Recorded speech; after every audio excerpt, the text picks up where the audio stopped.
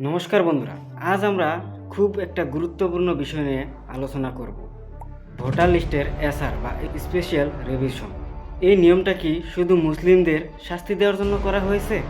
চলুন আজ এই ভিডিওতে ভালো করে বুঝে নেই। এসআর আসলে কি? এসআর মানে special revision of electoral roll. এটা ইলেকশন কমিশন অফ ইন্ডিয়া করে। এর কাজ হলো নতুন ভোটার যোগ করা, ভুল নাম, বয়স আর ঠিকানা সঠিক করা, মৃত বা ডুপ্লিকেট নাম বাদ দেওয়া। এটা অল ইন্ডিয়া প্রসেস, শুধু আসাম না, পুরো ভারতেই হয়। তাহলে আসামে এত আলোচনা কেন? এই প্রশ্নটাই সবচেয়ে গুরুত্বপূর্ণ। আসামে এনআরসি ইস্যু ছিল, বর্ডার মিগ্রেশন হিস্টোরি আছে, রিভার ইরোশন, চর এলাকা আছে। এই জায়গাগুলোতে মানুষ ঘন ঘন জায়গা বদলায়, পুরনো ডকুমেন্ট পাওয়া যায় না, নাম বা বয়সে মিসম্যাচ থাকে, মানে কোনো মিল থাকে না।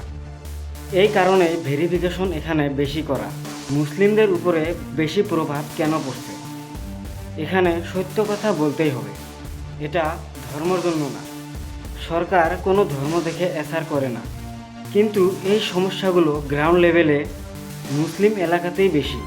তাই মুসলিমদের নাম বেশি আটকে যাচ্ছে, ফলে মনে হচ্ছে টার্গেট করা হচ্ছে। বাস্তবে এটা ডকুমেন্টেশন প্রবলেম, ধর্মীয় শাস্তি নয়। এসআর কি নাগরিকত্ব কেড়ে নেয়? এটা সম্পূর্ণ ভুল।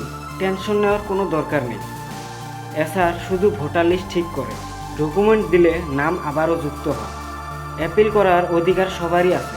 সুতরাং বন্ধুরা, এসআর কোনো ধর্মভিত্তিক আইন নয়, কিন্তু আসামের বাস্তব পরিস্থিতির কারণে মুসলিমরা বেশি প্রভাবিত হচ্ছে।